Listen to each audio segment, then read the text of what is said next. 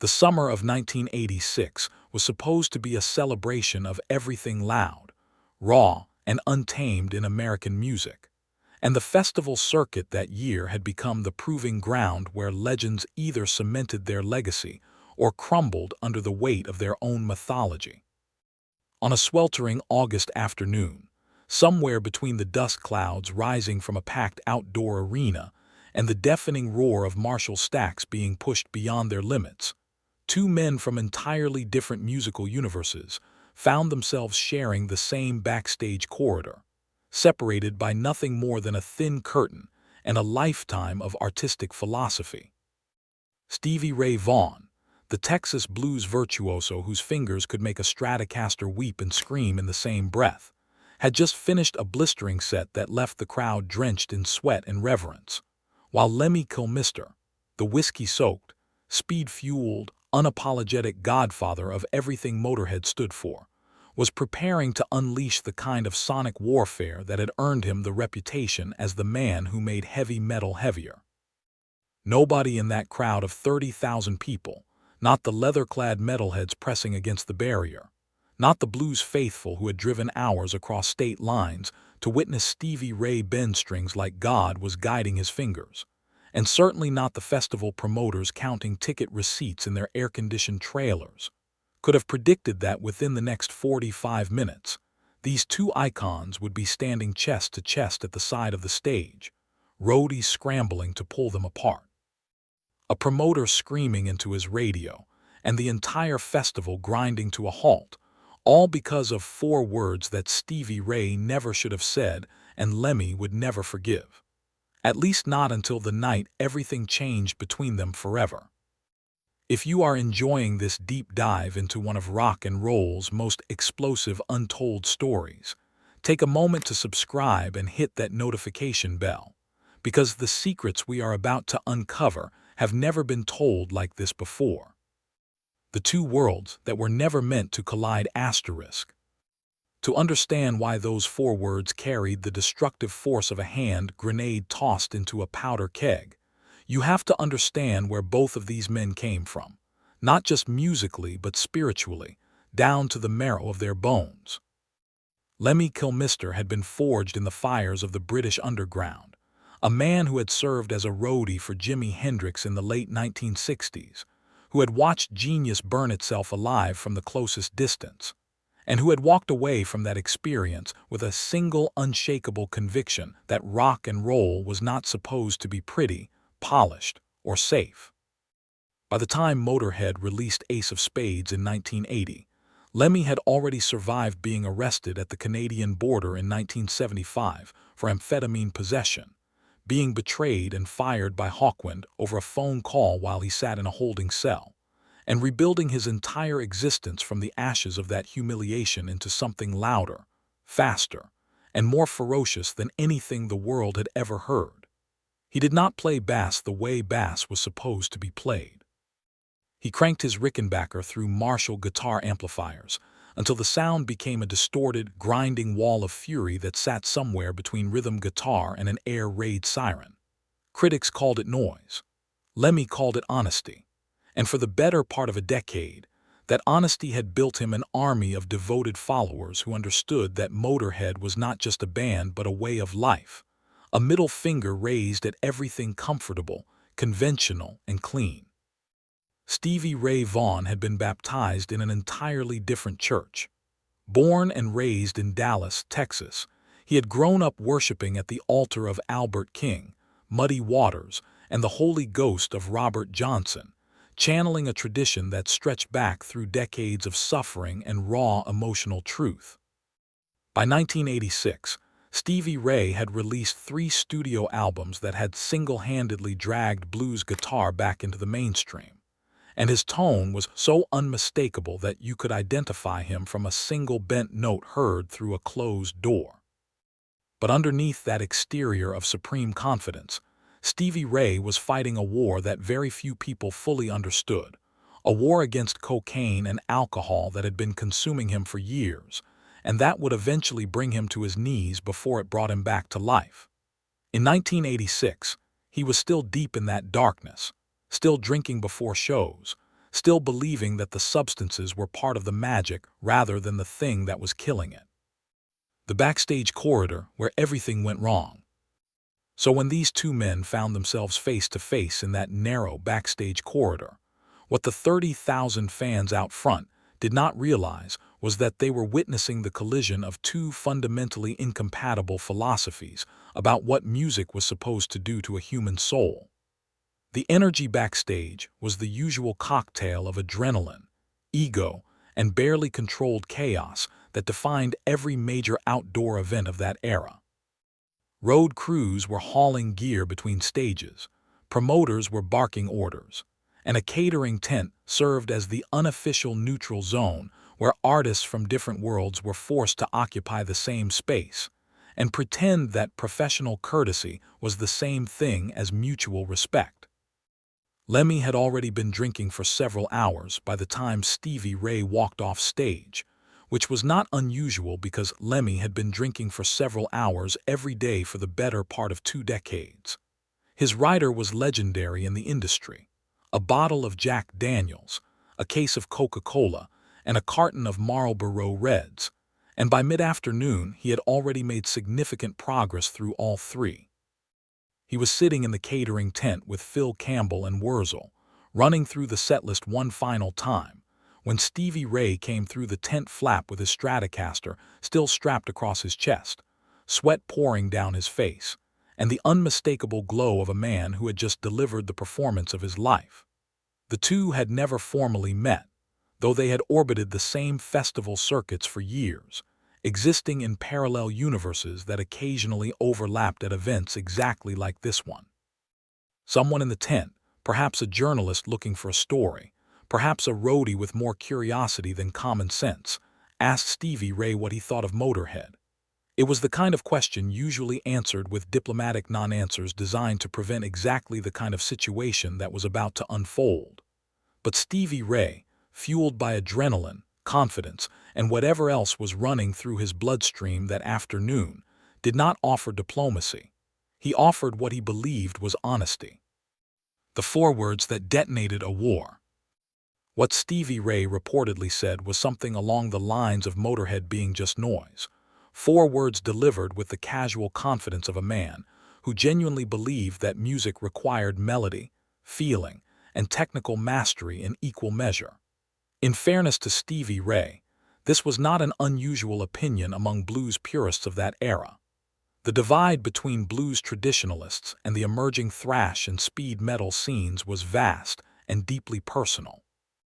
Blues musicians saw themselves as keepers of a sacred tradition stretching back to the cotton fields and juke joints of the American South, and many viewed heavy metal as a bastardization of the art form they had dedicated their lives to preserving. But Stevie Ray was quite possibly the first one to say it directly to Lemmy Kilmister's face, while Lemmy was holding a glass of Jack Daniels. The thing that most people never fully grasped was that beneath the leather, the warts, and the decades of chemical abuse, Lemmy was one of the most well-read and musically educated people in the entire rock and roll ecosystem. He had stood side stage and watched Jimi Hendrix tear reality apart with a guitar night after night. The suggestion that his life's work amounted to nothing more than noise struck him in a place that no amount of whiskey could protect. But Lemmy did not respond with words. He simply stared at Stevie Ray for what felt like an impossibly long time, set his glass down with deliberate calm, and walked out of the tent without saying a single word. When the stage became a battlefield, what nobody expected was what happened 90 minutes later when Motörhead took the stage. The first 3 songs were standard Motörhead, a blistering assault of speed, volume, and controlled destruction. But something was different about Lemmy that night. Phil Campbell would later say he had a look in his eyes that he had only seen a handful of times, a cold, focused intensity that went beyond the usual pre-show aggression. Between the 3rd and 4th songs, Lemmy stepped to the microphone and launched into an unscripted monologue about people who thought they understood music, because they could play pretty notes in the right order, about critics and purists who passed judgment on things they were too afraid to feel, about the difference between technical perfection and the kind of truth that could only come from turning everything up to 11 and letting the chaos speak for itself. Backstage, word traveled fast. Someone told Stevie Ray what Lemmy was saying on stage, and according to multiple accounts, Stevie Ray did not take it well. Whether it was the drugs, the ego, the competitive fire that burned inside every great performer, or some volatile combination of all three, Stevie Ray reportedly headed toward the side of the stage with the clear intention of confronting Lemmy directly. What happened when he got there would become one of the most debated incidents in festival history, not because of its violence, which by rock and roll standards was relatively contained, but because of what it revealed about both men and the invisible walls that separated their worlds. Chest to chest under the spotlights, Stevie Ray appeared at the side of the stage just as Motörhead was finishing their fifth song. Lemmy saw him immediately. The two men locked eyes across 20 feet of stage, and for a moment neither moved. Then Lemmy unstrapped his Rickenbacker, set it against his amp stack, and walked directly toward Stevie Ray. They met at the edge of the stage, and what followed was the real, ugly, graceless collision of two enormous egos in a space too small to contain them both. Lemmy reportedly got within inches of Stevie Ray's face and delivered his response in that low, gravelly rumble. The consensus was that Lemmy informed Stevie Ray that he had been making noise since before Stevie Ray had learned to hold a pick, that every blues lick Stevie Ray had ever played was borrowed from men who would have understood Motörhead far better than Stevie Ray ever could, and that if he wanted to discuss real music, he was welcome to plug in and prove it right now in front of 30,000 people. Stevie Ray apparently stepped closer and suggested that Lemmy would not know real music if it bit him, and that Motörhead had only ever proven that volume could substitute for talent if the audience was drunk enough. That was when Lemmy grabbed the front of Stevie Ray's shirt. That was when Stevie Ray shoved back. That was when 4 roadies, 2 security guards, and a festival promoter converged on the two men and physically pulled them apart while 30,000 confused fans watched something unfold at the edge of the stage that they could feel in the sudden electric tension, crackling through the air like lightning about to find the ground. The festival that stopped asterisk. The promoter made the call to halt the show. The house lights came up, which at an outdoor festival meant the massive banks of stage lighting shifted from their dramatic concert configuration to a flat, harsh illumination that stripped away every shred of theatrical mystique and exposed the stage for what it really was: a wooden platform covered in cables, monitor wedges, and 2 grown men being held apart by people who were not entirely sure they could keep holding them. The crowd's reaction was a volatile mixture of confusion, fury, and the kind of morbid excitement that always accompanied the possibility of witnessing something genuinely unscripted at a live event. Some people booed. Some people chanted Lemmy's name. Some had no idea what was happening and assumed it was part of the show. Backstage, Stevie Ray's manager was furious because the last thing a performer battling substance abuse needed was a public altercation dominating every music publication for the next month. Motörhead's road manager was equally livid because a canceled set meant lost revenue, potential lawsuits, and the kind of negative press that could poison future bookings for an entire season. And somewhere in the middle of all this chaos, Lemmy was sitting on an equipment case, pouring himself another Jack Daniels with perfectly steady hands, staring at nothing in particular, while Stevie Ray paced on the other side of a hastily erected barrier of road cases, his Stratocaster still strapped to his body like a weapon he was not yet ready to put down. What the crowd never saw asterisk. The festival resumed roughly 40 minutes later. Motörhead finished their set, shorter than planned, and Lemmy performed with an intensity that even by his standards was exceptional, channeling whatever burned inside him into a version of Ace of Spades that Phil Campbell would later call the most vicious he had ever played. But the real story was what happened 3 hours later, long after the last fan had left and the road crews had begun breaking down the stage. A sound engineer wrapping cables in the main stage area heard the unmistakable sound of a Stratocaster being plugged into an amplifier, followed by the opening notes of a slow, mournful blues progression that seemed to come from everywhere at once. He walked toward the sound and found Stevie Ray sitting on the edge of the darkened stage, playing to an audience of zero, his hat pulled low, his fingers moving with the kind of effortless, heartbreaking precision that no amount of noise or volume could ever replicate. The midnight conversation. What happened between those two men in the empty arena that night was pieced together over years from fragments. A comment Lemmy made in a '92 interview, a reference Stevie Ray's brother Jimmy made in a documentary, a paragraph in a road manager's unpublished memoir, and the recollection of that sound engineer who watched from the shadows for nearly an hour before leaving them alone. The picture that emerged was not reconciliation in the traditional sense, because neither man was the type who apologized with any grace. It was something far more rare, a genuine conversation between two artists who had spent the entire day defending their territories, and who, in the quiet darkness at 2 in the morning, finally had the space to hear each other without the noise of ego drowning everything out. Lemmy sat in the front row and listened to Stevie Ray play for 20 minutes without saying a word. When Stevie Ray stopped, Lemmy asked him to play a Muddy Waters tune. Lemmy, the man who had built his career on volume and the aesthetic of controlled destruction, sat in that empty arena and listened to the blues with focused attention that revealed something about him very few people ever saw. He was not just a wall of noise. He never had been. He was a man who had stood next to Jimi Hendrix and understood what a guitar could do to a human soul when played with total honesty. The noise was not the absence of feeling. The noise was feeling, amplified beyond the point where polite society could tolerate it, which was exactly the point. The morning after and the years between.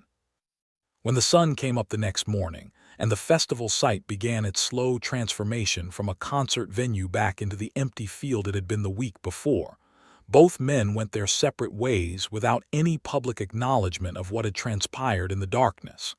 There was no press conference, no joint statement, no carefully managed narrative designed to turn conflict into content.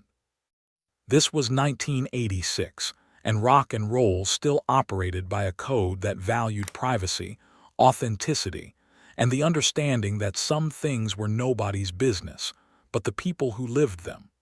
But something had shifted, and the people closest to both men noticed it in the months and years that followed. Lemmy, who had never been known to speak positively about any form of music that did not meet his personal threshold of volume and aggression, began making occasional references in interviews to blues musicians he respected, and more than once he mentioned Stevie Ray Vaughan by name with a tone that carried none of the hostility one might have expected. He never explained why, because Lemmy never explained anything. Stevie Ray, for his part, was reportedly heard telling a friend that Lemmy Kilmister was one of the most misunderstood musicians alive, and that anyone who dismissed Motörhead as noise had never bothered to listen to what was underneath it. The shadow of the helicopter. 4 years later, on August 27, 1990, Stevie Ray Vaughan boarded a helicopter after a concert at Alpine Valley in Wisconsin. He had been clean and sober for nearly 4 years, having fought back from addiction with ferocious determination, and was in the greatest artistic period of his career. The helicopter crashed in dense fog shortly after takeoff, killing everyone on board. Stevie Ray was 35 years old. When the news reached Lemmy, those around him said he went very quiet. He made no public statement and did not participate in memorial tributes. But according to his personal assistant, Lemmy spent that evening alone in his small apartment on Larrabee Street in West Hollywood and played a Stevie Ray Vaughan record on his turntable. Not Motörhead, not the Ramones. Just Stevie Ray, playing the blues, the needle tracing the grooves of vinyl in a room filled with Jack Daniels bottles and the accumulated debris of a life lived entirely on its own terms. The truth behind the noise. The fight that stopped the festival became one of those stories that grew in the telling, embellished by roadies, exaggerated by journalists, and mythologized by fans. But the real story was never about the fight. It was about what the fight revealed, that the distance between blues and metal, between melody and noise, between Stevie Ray Vaughan and Lemmy Kilmister, was far smaller than either of them had ever been willing to admit. Both men had built their lives around the same fundamental belief that music was supposed to be honest, that it was supposed to cost you something, that it was supposed to leave you different than it found you. They just disagreed about the volume. Lemmy survived another 25 years after Stevie Ray's death until December 28, 2015, when cancer took him just 4 days after his 70th birthday. He never gave a full account of what happened in that empty arena.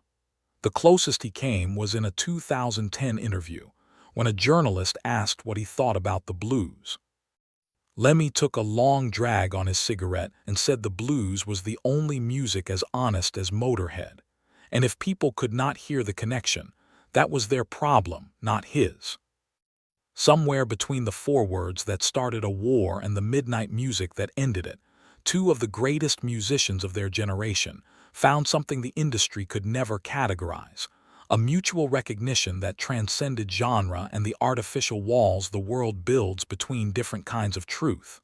Stevie Ray called it noise. Lemmy called it music. In the end, they were both right.